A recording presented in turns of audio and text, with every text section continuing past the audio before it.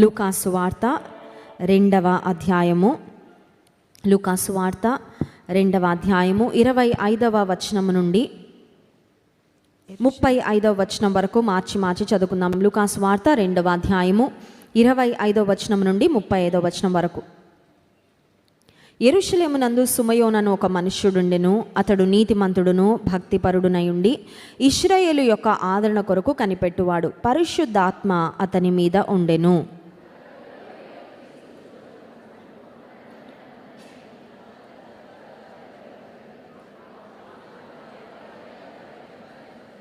అంతటి ధర్మశాస్త్ర పద్ధతి చొప్పున ఆయన విషయమై జరిగించుటకు తల్లిదండ్రులు శిశువైన యేసును దేవాలయంలోనికి తీసుకొని వచ్చినప్పుడు అతడు తన చేతులతో ఆయనను ఎత్తుకొని దేవుని స్తుతించుచు ఇట్లనెను,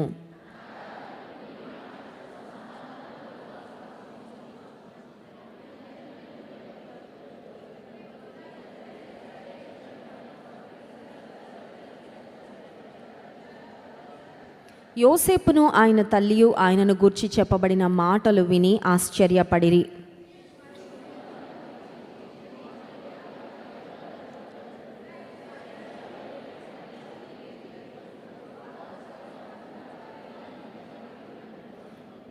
మరియు నీ హృదయంలోనికి ఒక ఖడ్గము దూసుకొని పోవునని ఆయన తల్లి అయిన మరియతో చెప్పెను. యేసుక్రీస్తు ప్రభువారు జన్మించిన తరువాత ఆయన బాలుడుగా ఉన్నప్పుడు జరిగిన ఒక ప్రాముఖ్యమైన సంఘటన ఇప్పుడు లూకాసు వార్త 2వ అధ్యాయంలో మనం చూసాము. ఇక్కడ మనకు కనబడుతున్న వ్యక్తి సుమయోను అనే వ్యక్తి. He's not a very famous person. చాలా అప్పుడప్పుడు బైబిల్ చదివేవారు, అప్పుడప్పుడు పండగ క్రైస్తవులుగా మందిరానికి వచ్చేవారికి సుమయోను అంటే తెలీదు, సీమోను పేతురు అంటే తెలుస్తుంది. బట్ సుమయోన్ అనే మాట కొంచెం దేవుని మందిరానికి రెగ్యులర్గా వచ్చి దేవుని వాక్యాన్ని క్షుణ్ణంగా చదివే వారికి కొంచెం పరిచయమైన వ్యక్తే. బట్ అంత ఫేమస్ పర్సనాలిటీ ఏమీ కాదు. కానీ అతని జీవితం నుండి మనం నేర్చుకోవాల్సిన ప్రాముఖ్యమైన అంశాలు చాలా ఉన్నాయి. ఈరోజు let us throw light on Simeon's life. సుమయోన్ యొక్క జీవితం నుండి కొన్ని ప్రాముఖ్యమైన విషయాలు మరి మనం ధ్యానించుకొని ఆయన నుండి మనం నేర్చుకోవాల్సిన సంగతులు ఒకసారి గమనిద్దాం. సుమయోన్ యొక్క అడ్రస్ ఏంటి? ఏ ఊర్లో ఉండేవాడు అంటే యెరూషలేములో ఉండేవాడు. యెరూషలేము దేవుని పట్టణము. యెరూషలేము దేవుని పట్టణము. He was in the best place. ఒక శ్రేష్టమైన పట్టణంలో నివాసం ఉంటున్న వ్యక్తిగా సుమయోను మనకు కనబడుతున్నాడు. What is his biodata? ఆయన గురించి పరిశుద్ధాత్మ దేవుడు చెప్పించిన మాటలు ఏంటి అని ఆలోచిస్తే 25వ వచనము, యెరూషలేమునందు సుమయోను ఒక మనుష్యుడు ఉండెను. అతడు నీతిమంతుడు భక్తిపరుడై ఉండి. నీతిమంతుడు భక్తిపరుడు. ఇంకొక మాట కూడా ఉంది, అది కూడా మనం నెక్స్ట్ ధ్యానం చేద్దాం. 3rd point. First point, his address. ఎక్కడ ఉన్నాడు? యెరూషలేములో ఉన్నాడు. ఈ రోజుల్లో కొంతమంది మీ అబ్బాయి ఎక్కడ ఉన్నాడండి అంటే కొంతమంది అమ్మలు అంటారు ఎక్కడ ఉన్నాడో నాకే చెప్పడండి. ఎక్కడికి వెళ్తాడో ఇప్పుడే వస్తానంటాడు, ఇక్కడికే వెళ్తానంటాడు, ఎక్కడ ఉంటాడో. మరి కొంతమంది అడ్రస్లు ఉంటాయండి. Bar, shop. మొన్న రీసెంట్గా లాస్ట్ వీక్లో మేము బెంగళూరు వెళ్ళాము. అక్కడ భయంకరమైన పబ్స్ ఉండే ఒక ఏరియా. మేము ఆ రోజు రాత్రి మీటింగ్ అయ్యాక హోటల్కి వెళ్తుంటే బ్రదర్స్ చెప్తున్నారు, ఈ ఏరియా అంతా పబ్బులే అన్న అక్క, చాలా భయంకరంగా ఉంటుంది. వీకెండ్ వస్తే ఇంకా మనం తట్టుకోలేము. అలాంటి భయంకరమైన పరిస్థితులు ఇక్కడ కనబడతా ఉంటాయి. కొంతమంది అడ్రస్ ఏంటంటే పబ్బులు. కొంతమంది అడ్రస్ ఏంటంటే ఇంటర్నెట్లో ఉంటారు. ఎక్కడ ఉంటారు? ఇంట్లో ఉంటారు. కానీ ఎక్కడ ఉంటారంటే వాళ్ళ మైండ్, వాళ్ళ హార్ట్ అంతా ఎక్కడ ఉంటుందంటే ఇంటర్నెట్లో ఉంటుంది. ఏదో చూడకూడనివి, ఎవరితో మాట్లాడాల్సిన అవసరం లేదు అలాంటి వాళ్ళందరినీ మరి వారితో సంభాషణలు చేయడం, వ్యర్థంగా సమయాన్ని గడుపుతూ ఉండేవారు. సుమయోన్ అనే వ్యక్తి was in a very wonderful place. దేవుని పట్టణం అని పిలువబడిన యెరూషలేములో నివాసం ఉంటున్న వ్యక్తి. అతని గురించి పరిశుద్ధాత్మ దేవుడు రాయించిన మాటలు, వాట్ వాస్ హిస్ బయోడేటా? అతని గురించి దేవుడు చెప్పించిన సాక్ష్యం ఏంటంటే అతను నీతిమంతుడు భక్తిపరుడు. దేవుడు కూడా మన జీవితాన్ని గురించి ఒక మాట చెప్పాలంటే ఆ మాటలు ఎలా ఉంటాయో కదా. మనుషులు మన గురించి వేరువేరుగా చెప్తూ ఉంటారు. ఎందుకంటే people have different perspective and opinions. ఒక్కొక్కరికి మనం బాగా తెలిసి ఉండొచ్చు, ఒక్కొక్కరికి మనం తెలియకపోవచ్చు, ఒక్కొక్కరికి మన మీద భిన్నాభిప్రాయాలు ఉండొచ్చు. కానీ దేవుడు ఒక వ్యక్తిని గురించి చెప్పే మాటలు స్టాండర్డ్ అనమాట. ఇంకా అవి వాటి గురించి మనం యాడ్ చేయక్కర్లేదు, సబ్ట్రాక్ట్ చేయక్కర్లేదు. ఎందుకంటే దేవుడు ముఖస్థుతి కోసం ఎవరి విషయంలో లేనివి రాయరు. ఎవరిని ద్వేషించి ఎవరు చేయని విషయాలు కూడా వీళ్ళు ఇలాంటి వారు ఇలా చేశారని మనుషులలాగా లేనిపోయిన అబ్బా అభాండాలు మోపి ఒకరిని వారి పరువు తీయడం కానీ వారి విలువ పోగొట్టడం కానీ అలాంటి పనులు దేవుడు చేయడు. పరిశుద్ధాత్మ దేవుడు ఇతని గురించి మంచి సాక్ష్యం ఇచ్చారు. భక్తిపరుడుగా బ్రతికాడు, నీతిమంతుడుగా జీవించాడు. ఇతని గురించిన ఒక స్పెషల్ క్వాలిటీ, ఒక శ్రేష్టమైన లక్షణము దేవుడు రాయించాడండి. ఆ స్పెషల్ క్వాలిటీ ఏంటంటే అదే 25వ వచనంలో, ఇశ్రాయేలు యొక్క ఆదరణ కొరకు కనిపెట్టువాడు. కనిపెట్టుట అంటే అర్థం ఏంటంటే వెయిటింగ్. చెప్పండి, కనిపెట్టుట అనే మాట ఇంగ్లీష్లో ఏమనుందంటే వెయిటింగ్. ఇతని గూర్చి దేవుడు రాయించిన మాట ఏంటంటే ఇతడు కనిపెట్టే లిస్టులో, కొన్నిసార్లు మన టికెట్ కన్ఫర్మ్ అవ్వనప్పుడు ఏ లిస్టులో పడుతుందండి? వెయిటింగ్ లిస్ట్ కన్ఫర్మ్ అయ్యేదాకా మనకి ఎలా ఉంటుంది? కంగారుగా ఉంటుంది. కన్ఫర్మ్ అవుతుందో ప్రయాణం సాఫీగా వెళ్తుందో లేదో. ఇతని గురించి దేవుడు రాయించిన మాట ఏంటంటే హీ వాజ్ వెయిటింగ్. కానీ చాలా ఇంట్రెస్టింగ్ థింగ్ ఏంటంటే he was very good at waiting. వేచి ఉండుటలో చాలా మంచిగా వేచి ఉన్నాడండి. మీరు చూడండి, ఒకవేళ టికెట్స్ కొనడానికి లైన్లో ఉన్నారనుకోండి జనాలు, అక్కడెక్కడో ఉన్నాడు టికెట్స్ అమ్మే వ్యక్తి, సే ఫర్ ఎగ్జాంపుల్ రైల్వే స్టేషన్లో. ఆ లైన్లో ఉన్న వాళ్ళందరినీ మీరు వీడియో తీసి చూస్తే ఒక్కొక్కరిలో ఒక్కొక్క రకమైన ఎక్స్ప్రెషన్లు. ఒక్కొక్క ఆయన ఇంకెంతసేపు నిలబడాలి అనండి, ఒక్కొక్కళ్ళు చాలా నీరసం, ఇంకొంతమంది కోపంగా ఉంటారు. ఆ ముందోళ్ళు త్వరగా కదలరా, ఆ టీసీ ఇంత టికెట్ ఇచ్చి ఆయన అంత లేట్ చేస్తాడేంటి. ఇంకొకళ్ళని చూస్తే శాపనార్థాలు కూడా పెట్టేస్తూ ఉంటారండి. అర్థమైందండి? వాళ్ళకి ఆ రోజు బ్యాడ్ డేనో బ్యాడ్ మూడో. వెయిటింగ్లో కొంతమంది ఉంటారు, ఇంకా వాళ్ళని చూస్తే చాలా కోపంగా చాలా శాపనార్థాలు పెడుతూ ఉంటారు. మరి కొంతమంది ఉంటారు, నా టర్న్ వచ్చినప్పుడు వస్తుందిలే అన్నట్టు కూల్గా ఉండేవారు. వెయిటింగ్లో వీ హ్యావ్ డిఫరెంట్ రియాక్షన్స్. వేచి ఉండడంలో మనము ఆయా రకాలుగా వేచి ఉండొచ్చు. కానీ సుమయోనును గురించి పరిశుద్ధాత్మ దేవుడు వ్రాయించిన మాట ఏంటంటే he was so good at waiting. ఎదురు చూడడంలో చాలా మంచిగా ఎదురు చూశాడు. దేవుని కొరకు, దేవుని కార్యం కొరకు ఎదురు చూశాడు. ఇశ్రాయేలు యొక్క ఆదరణ కొరకు ఎంతకాలం ఎదురు చూశాడంటే he waited for the Messiah all his life. ఎంతకాలం ఎదురు చూశాడండి?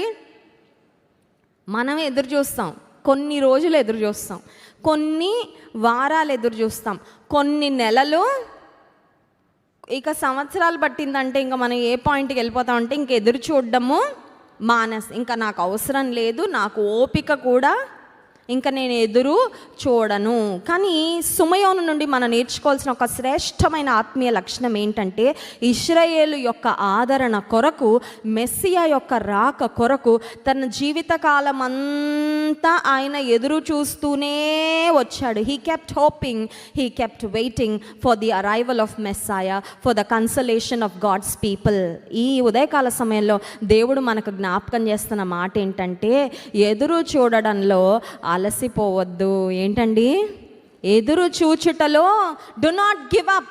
మీన్ వైల్ లైన్లో వెయిట్ చేస్తూ ఇక నాకు వద్దులే, ఈ టికెటే వద్దని ఇంటికి వెళ్ళిపోయాడు అనుకోండి, టికెట్ కొనడు, ప్రయాణం చేయడు, అంతే కదా. చాలామంది దేవుని ఆశీర్వాదాల కొరకు, దేవుని కార్యాల కొరకు కూడా దే గివ్ అప్ మిడ్వే.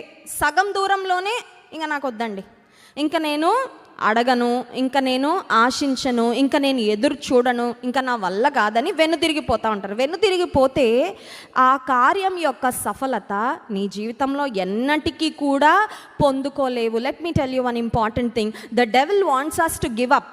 అపవాదికి మనకి ఏమి ఇష్టం అంటే మనం మధ్యలో వదిలేయడము. సంపూర్ణంగా మనం ఏది దేవుని విషయంలో వెళ్ళడం అపవాదికి అసలు ఇష్టము. సంపూర్ణంగా దేవుని కార్యాలు చేయడం ఇష్టం ఉండదు. సంపూర్ణంగా దేవుని కొరకు జీవించడం వాడికి ఇష్టం ఉండదు. సంపూర్ణమైన సమర్పణతో బ్రతకడం ఇష్టం ఉండదు. సంపూర్ణంగా దేవుని మహిమపరచుట అపవాదికి ఇష్టం ఉండదు.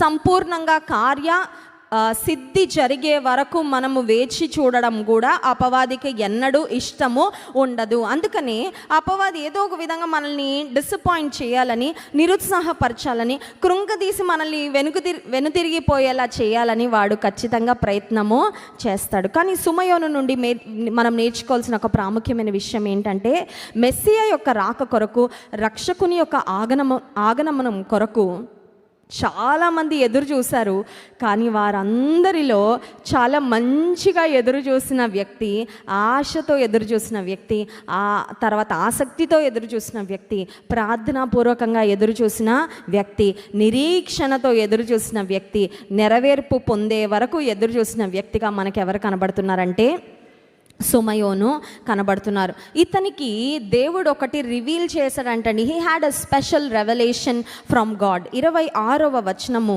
అతడు ప్రభు యొక్క క్రీస్తును చూడక మునుపు మరణము పొందడని అతనికి పరిశుద్ధాత్మ చేత బయలుపరచబడి, దేవుడు బయలుపరిచారంట. ఏం బయలుపరిచారు? నువ్వు మెస్సయ్యని చూడక ముందు చనిపోవు.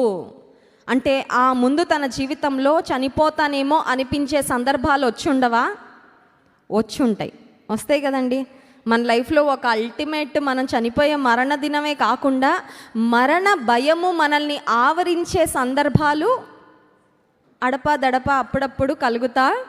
ప్రాబబ్లీ వీ ఆల్ రిమెంబర్ కదా, the last time we had the fear of death.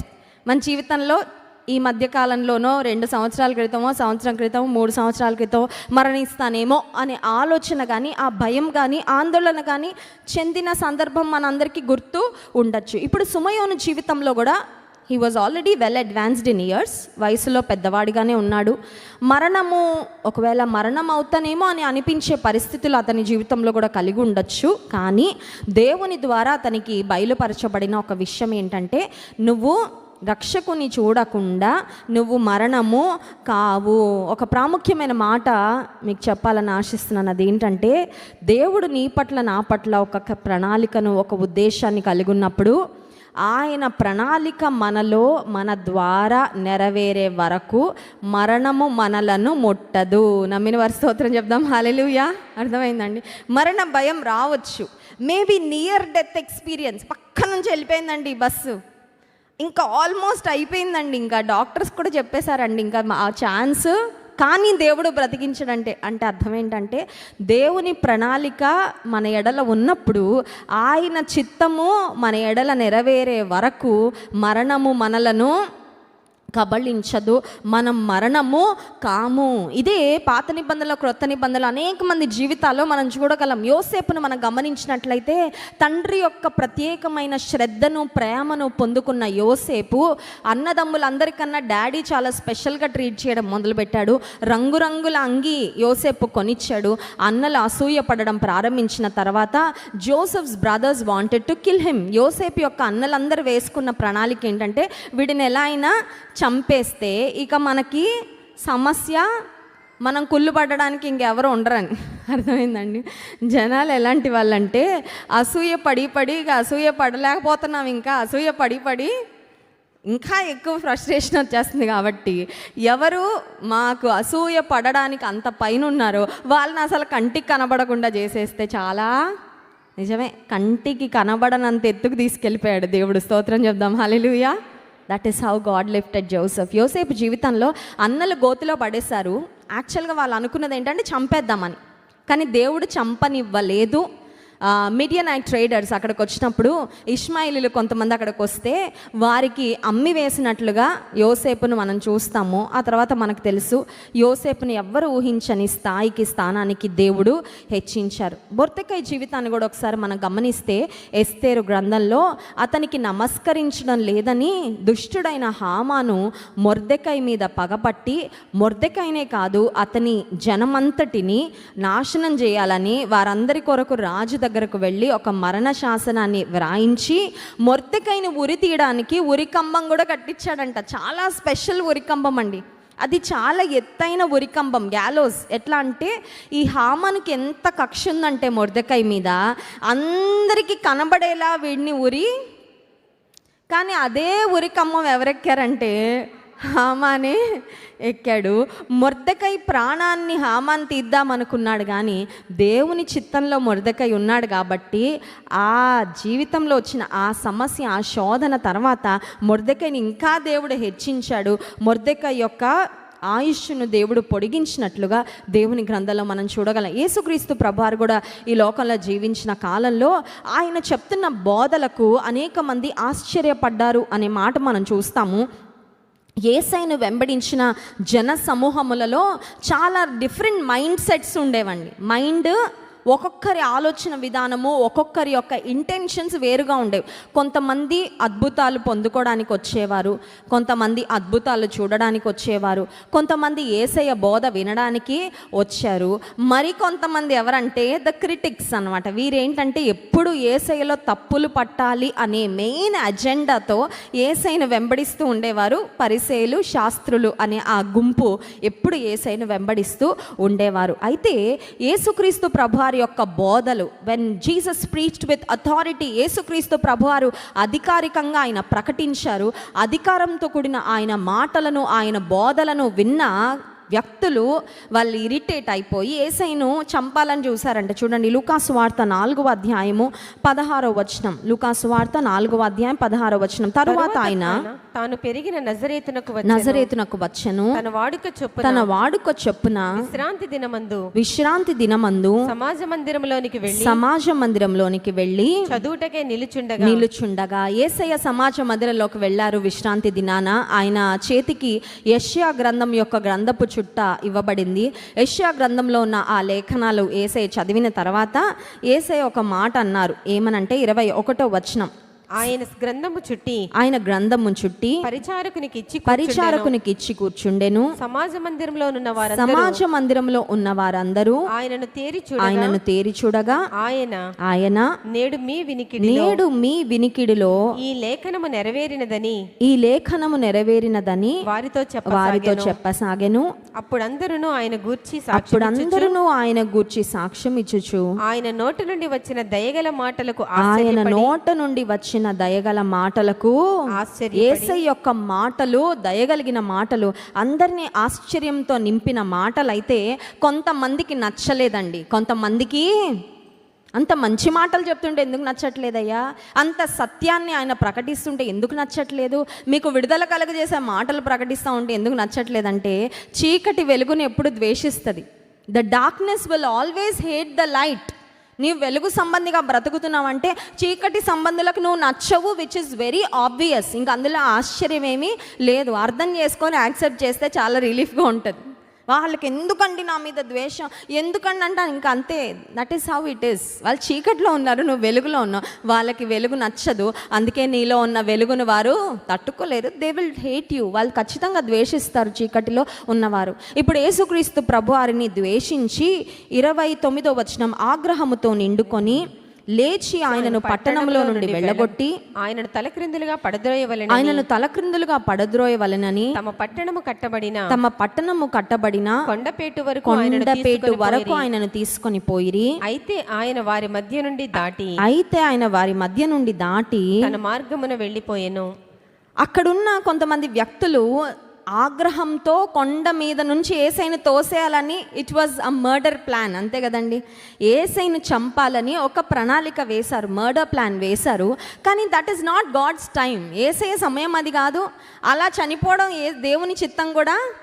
ఆయన ఒక యాక్సిడెంట్లోనో ఎవరో మర్డర్ అటెంప్ట్లో ఆయన చనిపోవడం ఆయన చిత్తం కాదు. ఆయన ఇష్టపూర్వకంగా తన ప్రాణాన్ని అర్పించాలని ఈ లోకానికి వచ్చారు కదా. ఆయన తన దేహం నుండి రక్తాన్ని కార్చి, ఆయన రక్తము అర్పణ ద్వారా మనల్ని కడగాలని, పరిశుద్ధులుగా చేయాలని, సిలువలో మరణించాలని కదా దేవుని ప్రణాళిక. ఆ ప్రణాళిక నెరవేరాలి కాబట్టి ఇక్కడ ఎంతమంది దేవునికి విరోధంగా, యేసయ్యకు విరోధంగా ప్రణాళిక వేసినా వారి ప్రణాళిక, వారి పన్నాగము నడవలేదు. ఒకవేళ నువ్వు కూడా ఈ సంవత్సర అంతంలో maybe you have suffered and struggle too much with the fear of death throughout this year. ఈ సంవత్సరంలో చాలాసార్లు నేను వేధించబడ్డానండి. చనిపోతానేమో. కొన్నిసార్లు మనకు రాదు మన గురించి, కానీ మన వారి గురించి వస్తుంది. అర్థమైందండి? భర్త డ్యూటీకి వెళ్తే నాకు తెలుసు కొంతమంది చెల్లెమ్మ నాకు ఫోన్ చేసి ఏడుస్తూ ఉంటారు, ఏమైందమ్మా, నా హస్బెండ్ వర్క్కి వెళ్ళారక్క, ఇంటికి వచ్చే ముందు ఆయనకి బైక్కి ఏదో యాక్సిడెంట్ అయిపోద్దేమో, ఆయన ఎక్కడైనా పడిపోతాడేమో, ఏమైనా జరిగిపోతుందేమో అని నా మనసులో ఒకలాంటి భయం వచ్చేసి నాకు చేతులు కాళ్ళు వణికిపోతున్నాయి. ప్రతి 10 నిమిషాలకు ఒకసారి ఫోన్ చేసి అడుగుతున్నా, ఆర్ యూ ఓకే, మీరు బాగానే ఉన్నారా, మీరు పనిలోనే ఉన్నారా, రోడ్డు మీద ఉన్నారా అంటే తమ వారిని గుర్చి మరణ భయం, వారికి ఏమైనా కీడు సంభవిస్తుందేమో అన్న భయము. The lord doesn't want us to live in fear. దేవుని చిత్తము మనము భయములో బ్రతుకుట ఎన్నడూ కాదు. అది అర్థం చేసుకున్నప్పుడే మనం విజయవంతమైన క్రైస్తవ్య జీవితం జీవించేస్తున్నా అంటే కాదండి. నిజంగా దేవుని ఆశించినట్లుగా బ్రతికితేనే అది విజయవంతమైన క్రైస్తవ జీవితం. అంతేగాని అనవసరమైన చింతలతో, అనవసరమైన భయాలతో మరి బ్రతుకుతూ ఉంటే అది సమృద్ధి జీవాన్ని జీవించినట్లు కాదు. That doesn't mean we're living an abundant life. నీవు నేను భయంతో బ్రతుకుట దేవుని చిత్తము కాదు. సరే, భయం ఉంది, దేని కొరకు? మ్యాక్సిమం భయం దేని కొరకు? మరణం కొరకే కదా. ఇంక అంతకు మించిన పెద్ద భయం. చనిపోతే డైరెక్ట్ టికెట్ ఎక్కడికి ఉంది మనకి? పరలోకానికి. ఇంకెందుకు భయం చెప్పండి? అసలు దేవుని చిత్తము ఉండే వరకు మనకి మరణము. ఒకవేళ దేవుని చిత్తం ఇది ఎవరైనా ఆపగలరా అండి? Can anyone stop? ఎవరు ఆపలేరు. ఆయన సమయం వస్తే ఆయన చిత్తము ఎవరు ఆపలేరు. ఆయన సమయం రాకపోతే ఎవరు ఎన్ని చేసినా మనకి ఏమీ. Just be confident. నువ్వు ఆ ధైర్యంతో బ్రతుకు చాలు. ఎందుకు ప్రతిరోజు చనిపోతానేమో అనే మరణ భయంతో ఎందుకు బ్రతుకుతున్నావు? మరణ భయంతో బ్రతుకుతూ నీ ఆత్మీయ జీవితంలో నువ్వు ఆనందంగా ఎందుకు ముందుకు సాగలేకపోతున్నావు? ధైర్యంతో ఎందుకు సాగలేకపోతున్నావు? నిరీక్షణతో ఎందుకు సాగలేకపోతున్నావు? ఒకవేళ ఈ సంవత్సరం అంతా ఫియర్లో బ్రతికావేమో, అడుగు ప్రభుని, I want to be liberated from fear lord. ఇంకా నాకు భయంతో బ్రతకడం నాకు వద్దయ్యా, నాకు వద్దా బ్రతుకు, ఆ బానిసత్వం నాకు వద్దు. ఎందుకంటే భయం it's like a prison cell. తెలుసా? సెంట్రల్ జైల్లో సెల్లో ఉంటారే, అంతకన్నా ఘోరమైనది భయం. ఎందుకంటే ఆ ప్రిజన్ సెల్లో ఉన్న వాళ్ళు కటకటా లోపల చూస్తూ ఉంటారు కదా, ఎప్పుడు ఎవరు వస్తారా, ఎప్పుడు విడుదల వస్తుందా అని. ఈ భయం కూడా అలాగే ఉంటుందండి. You are constantly in that bondage. నువ్వు ఆ బంధకాల్లోనే ఉంటావు, భయం అనే బంధకాలలో. అడుగు ప్రభుని, ఈ సంవత్సరాంతంలో నాకు విడుదల కావాలయ్యా, ఇక నేను మరణ భయంతో బ్రతకాలని నాకు ఇష్టము లేదు. సుమయోను జీవితంలో మనం చూసినట్లయితే అతనికి దేవుడు బయలుపరిచారు. పరిశుద్ధాత్మ దేవుని ద్వారా బయలుపరచబడిన విషయం ఏంటంటే 26వ వచనం, లూకాసు వార్త 2వ అధ్యాయము, క్రీస్తును చూడక మునుపు మరణము పొందడని అతనికి పరిశుద్ధాత్మ చేత బయలుపరచబడి ఉండెను. So it was revealed. నువ్వు యేసయ్యను చూడక మునుపు నువ్వు మరణం కావు అంటే ప్రతిరోజు ఎదురు చూస్తున్నాడండి. దేనికోసం?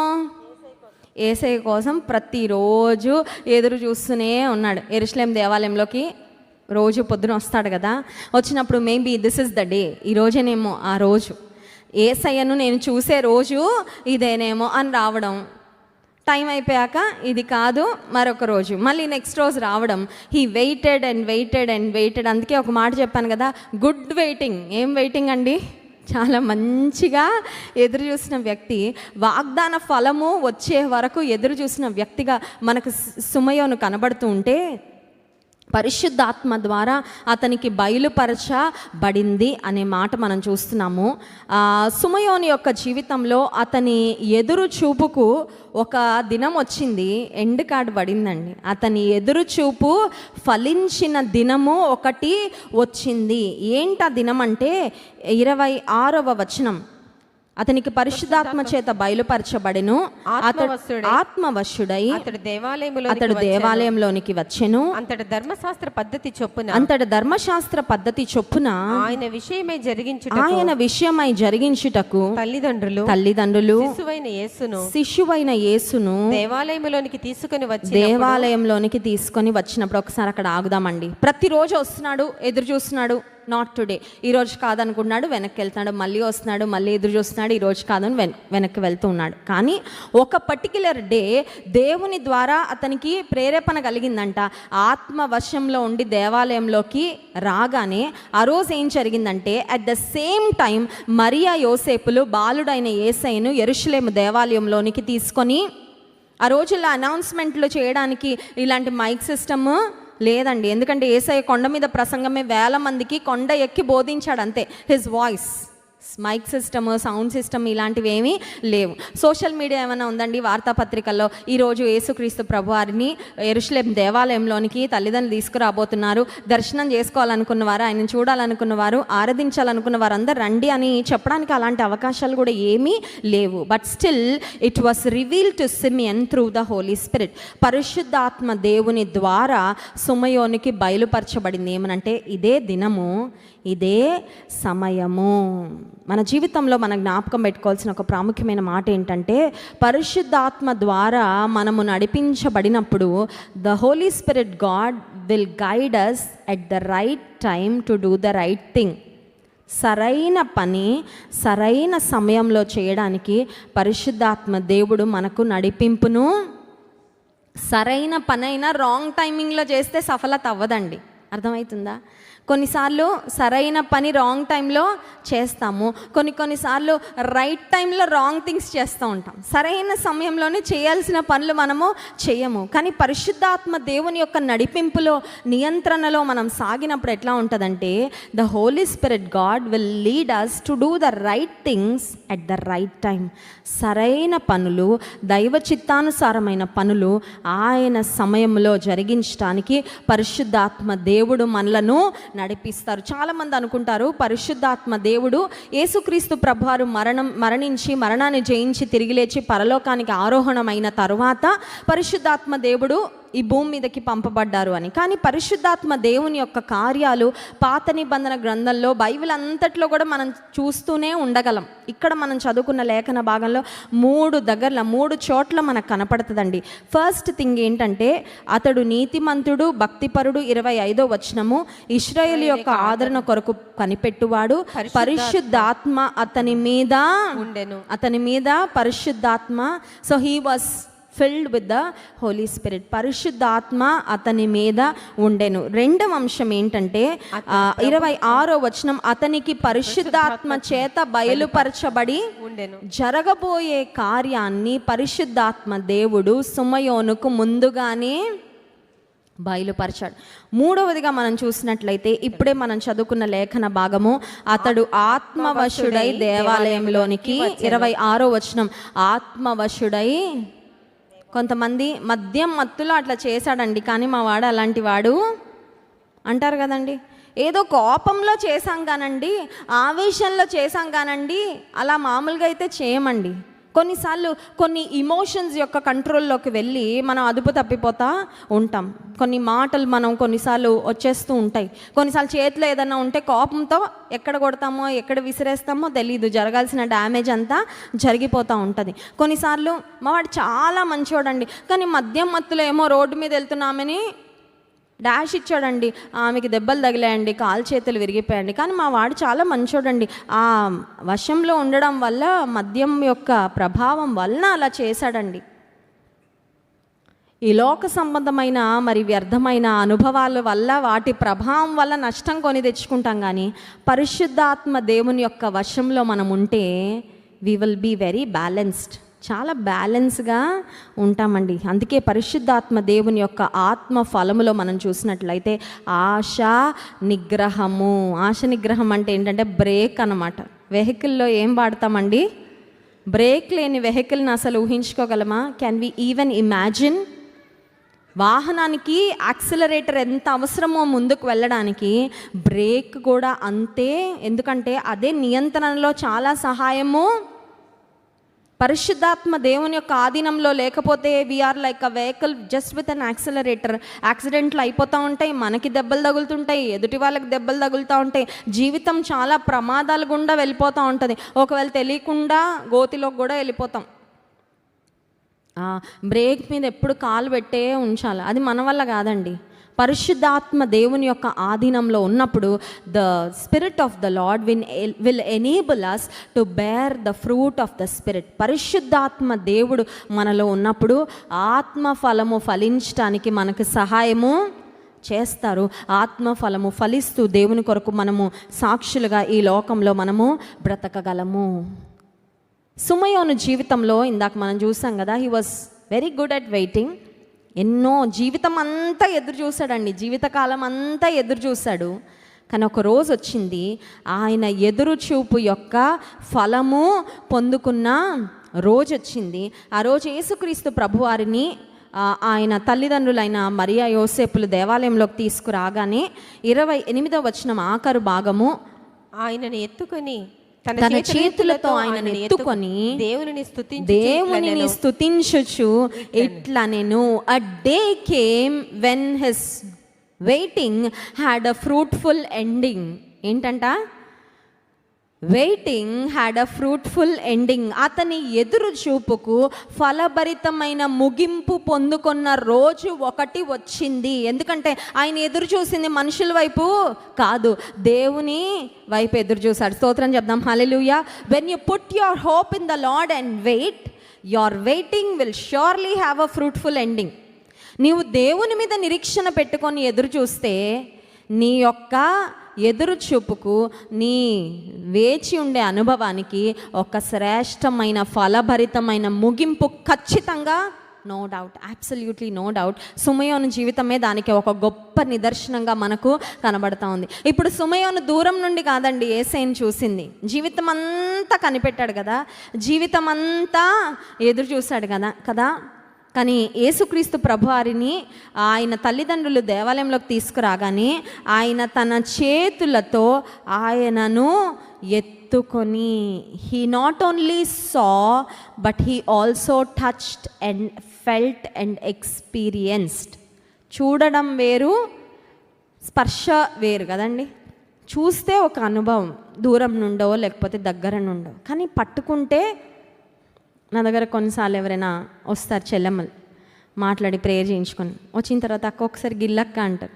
అంటే నిజంగానే వచ్చానా, ఇది ఎప్పటి నుంచో రావాలి మీతో మాట్లాడాలని, but I want to really, I'm not able to believe, నేను ఇంకా నమ్మలేక పోతున్నా. కొంతమంది అంటారు ఒక్క హగ్ ఇవ్వాలి అక్క, నేను నాకు ఇవ్వాలనిపిస్తుంది. కొంతమంది చెల్లెమ్మలు అంటారు.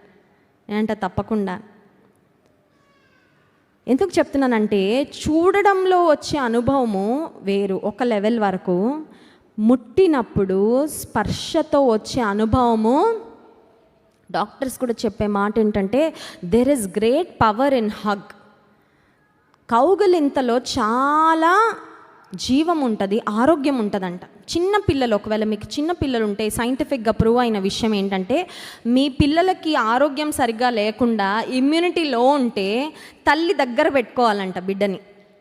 ఈ రోజుల్లో ఏంటి, ఉయ్యాల పడేస్తాం, లేకపోతే బెడ్ మీద మనకి బిజీగా ఉంటాం కదా, దీన్ని పట్టుకున్నంత పిల్లల్ని పట్టుకోరు చాలామంది కదా, గరిటెలు పట్టుకున్నంత, చీపురు పట్టుకున్నంత పిల్లల్ని పట్టుకోము కదా. పిల్లల్ని కౌగిలించుకొని వాళ్ళని అప్రిషియేట్ చేయడానికి, వాళ్ళతో కొన్ని మాటలు చెప్పడానికి, ప్రోత్సహించడానికి అంత సమయం మనం తీసుకోం.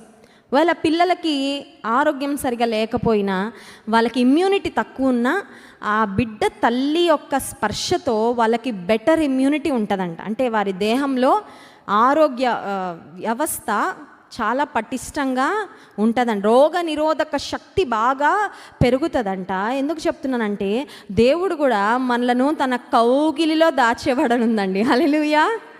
ఆయన దూరం నుండి మాట్లాడే దేవుడే కాదండి. God is not a God who is far from us, who just want to express his love and interest in us through words, but he is also a God who wants to give us that complete experience.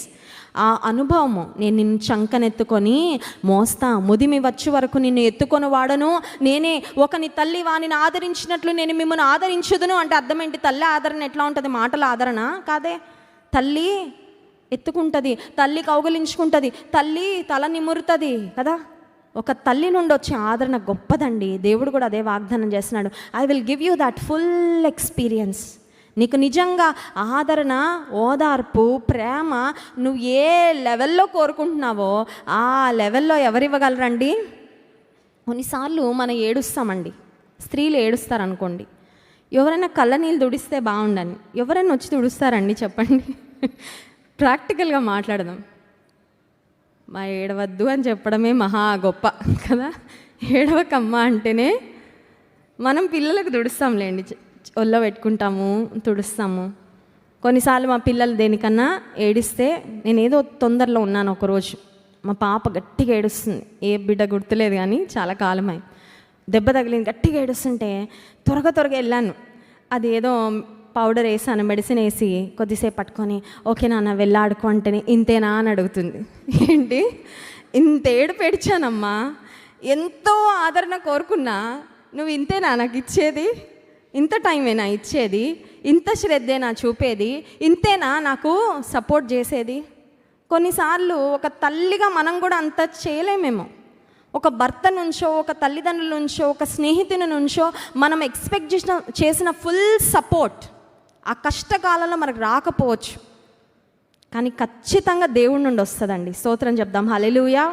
He will give you that complete comfort and warmth and love that you need. నీకు ఏది అవసరమో, నువ్వు ఎట్లా ఆశిస్తున్నావో అట్లా ఇస్తాడు. చూడండి, మన expectation ఒకటి ఉంటుంది, రియాలిటీ వేరే ఉంటుంది కదా.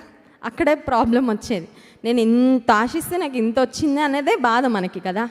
కానీ దేవుని గొప్పతనం ఏంటంటే he will not only meet your expectations but he also exceeds your expectations. Hallelujah. నీ ఆశలు తీర్చడమే కాదు, నీ ఆశలు కొన్నిసార్లు ఆయన దానికన్నా ఎక్కువ కూడా ఆయన కార్యం జరిగిస్తాడు. స్తోత్రం చెప్దాం. హల్లెలూయా. ఇప్పుడు సుమయోను నేను చనిపోక ముందు బాలుడైన యేసయ్యను చూస్తే చాలు అని అనుకుంటా ఉన్నాడు, కానీ యేసయ్యను తేగానే ఆయన ఏం చేశాడంట, చూశాడు, చేతులతో ఆయనను ఎత్తుకోవడానికి మరియా యోసేపులు కూడా ఏం చేశారండి, ఇచ్చారు. మనం ఇస్తామా? అందరికి ఇవ్వం కదా. ఇప్పుడు పిల్లలు క్యూట్గా ఉంటారు, అందరూ పలకరిస్తూ ఉంటారు అందరూ, కానీ అడిగిన వాళ్ళందరికీ ఇస్తామా? ఏమో, ఎవరు కిడ్నాపర్లో ఎత్తుకొని పారిపోతారేమో, వాళ్ళకే రోగాలు ఉంటాయో, వాళ్ళకే జర్మ్స్ ఉంటాయో, నా బిడ్డ వీ డోంట్ గివ్. కానీ మరియా యోసేపులు సుమయోనును చూడగానే యెరూషలేము దేవాలయంలో వారు ఇచ్చారు. సుమయోను కూడా తన చేతులతో ఆయనను ఎత్తుకున్నాడు. A day came when his waiting was fulfilled. అతని యొక్క ఎదురుచూపు, అతని యొక్క నిరీక్షణ ఫలించిన రోజు సుమయోను జీవితంలో వచ్చింది, మన జీవితంలో కూడా వస్తుంది. నమ్మిన వారి స్తోత్రం చెప్దాం. Hallelujah. Because with God all things are possible. దేవునికి సమస్తము. మనం ఏమనుకుంటాం, కొన్ని సాధ్యం అనుకుంటాం కదండి. కొన్ని సాధ్యం, కొన్ని చేశాడండి, ఎన్నో ఉన్నాయండి ఇంకా నేను వెయిట్ చేస్తున్నవి, అన్నీ సాధ్యం అని అయితే నేను అంతగా నమ్మలేకపోతున్నానండి, ఎందుకంటే నా విశ్వాసం కొంచెమే ఉందండి. కానీ నీవు నేను నమ్మాల్సింది ఏంటంటే దేవునికి సమస్తము. ఒకసారి ఆ మాట చెప్పండి బ్రదర్స్, చెప్పట్లా, సమస్తము సాధ్యమే.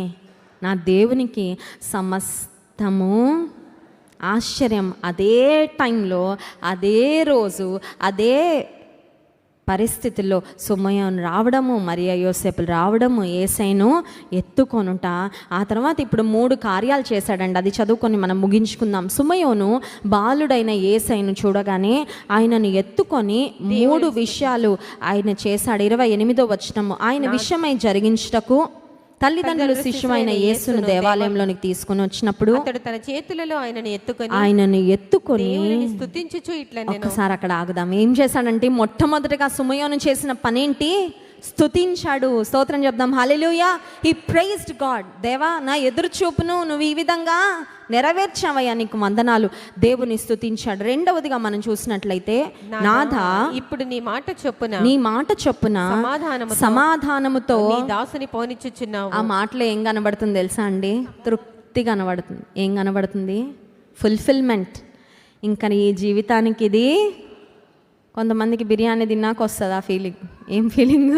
ఇంక ఈ జీవితానికి ఇది చూసేసానండి. ఇంకా నాకు కొంతమంది ఉంటారు తాతయ్యలు, మా అమ్మలు, మా మనవడి పెళ్ళి చూస్తే వెళ్ళిపోవచ్చండి. ఇంకా ఆ తర్వాత ఎనీ టైం ఐఎమ్ రెడీ.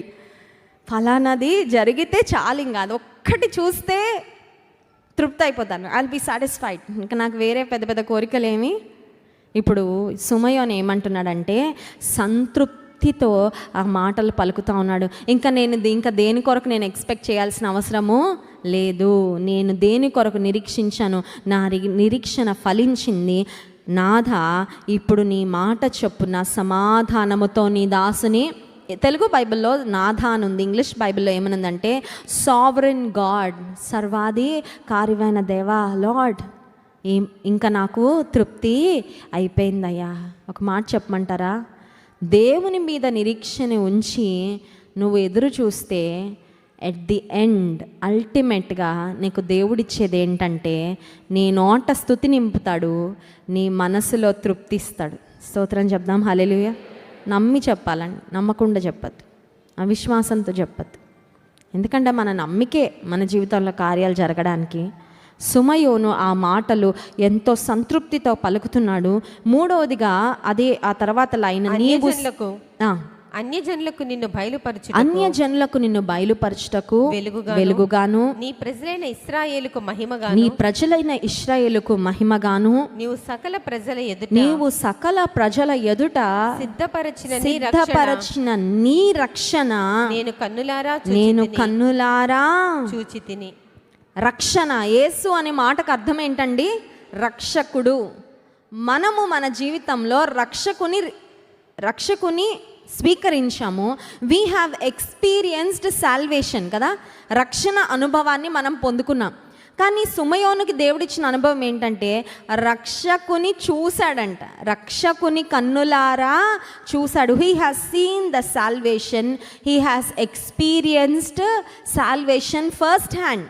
రక్షకుడు రక్షించడానికి, సర్వలోకాన్ని రక్షించడానికి వచ్చిన యేసుక్రీస్తు ప్రభువారిని కన్నులారా చూశాడు. నేను నీ వెలుగును చూస్తున్నా, నీ మహిమను చూస్తున్నా, నీ రక్షణను నేను కన్నులారా చూచుచున్నానని ఎంతో శ్రేష్టంగా దేవుని ఘనపరిచాడు. ఈ సంవత్సర అంతంలో ఉన్న మనం కూడా ఒకటి జ్ఞాపకం పెట్టుకోవాలి. అదేంటంటే ఈ నిరీక్షణ మనలను సిగ్గుపరచదు. Your hope will not be cut off. నిశ్చయముగా ముందుకు రానే వచ్చును, నీ ఆశ భంగము కానేరదు. అది ఆ మాట చెప్పింది మనిషి కాదు, దేవుడు అండి. నీ ఆశ భంగము, your hope will not be cut off. Connection ఉందండి, వైర్. కరెంట్ వస్తుందని ఎదురు చూస్తున్నారు, మధ్యలో వైర్ కట్ చేశారు. కరెంట్ వచ్చినా ఇంకా ఎలక్ట్రిసిటీ. చాలాసార్లు అపవాది, నేను ఇందాక చెప్పాను కదా, the devil wants us to give up midway. మనం ఎదురు చూస్తూ ఉంటాం, అపవాది మధ్యలో అంటాడు వెనుదిరిగే అంటాడు. చాలామంది అపవాది మాటలు విని వెనుదిరిగేస్తూ ఉంటారు. ఇంకా నాకు అవ్వదు, ఇంకా నాకు జరగదు, ఇంకా నేను ఎదురు చూడాల్సిన అవసరము లేదు. కానీ సుమయోను వలె నీ నిరీక్షణ స్థిరమైన నిరీక్షణగా ఉంటే, నీ ఎదురుచూపు దేవుని మీద అయితే, దేవుని కొరకు, దేవుని సమయం కొరకు నువ్వు ఎదురు చూస్తూ ఉంటే, ultimately God will fill you with great Joy. గొప్ప సంతోషకరమైన దినము సుమయోను జీవితంలో. ఆ దినాన్ని తన లైఫ్లో ఇంకెప్పటికీ, ఆ తర్వాత ఎంతకాలం బ్రతికాడో మనకు తెలియదు, కానీ తను ఇంకా బ్రతికినంత కాలము I'm sure he always remembered and reminded కదా.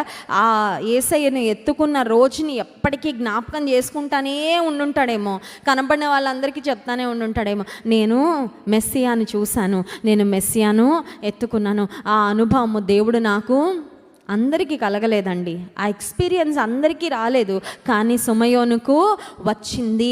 నీ జీవితంలో కూడా ప్రాబబ్లీ యు ఆర్ థింకింగ్, ఆ శ్రేష్టమైన ఎక్స్పీరియన్స్ నా జీవితంలో నాకు కలుగుతుందా, నేను పొందుకుంటానా, నాకు జరుగుతుందా? నిరీక్షణతో ఎదురుచూడు. నిన్ను స్తుతితో దేవుడు నీ నోటి నింపుతాడు. స్తోత్రం చెప్దాం. హల్లెలూయా. స్తుతితో దేవుడు నీ నోటి నింపుతాడు. సంతృప్తితో నీ జీవితాన్ని, నీ హృదయాన్ని నింపుతాడు. మూడవది ఏంటంటే రక్షణను, దేవుని కార్యాలను కన్నులారా చూసే కృప దేవుడు అనుగ్రహిస్తాడు. అట్టి కృప దేవుడు మనందరికీ అనుగ్రహించునుగాక. ఆమేన్.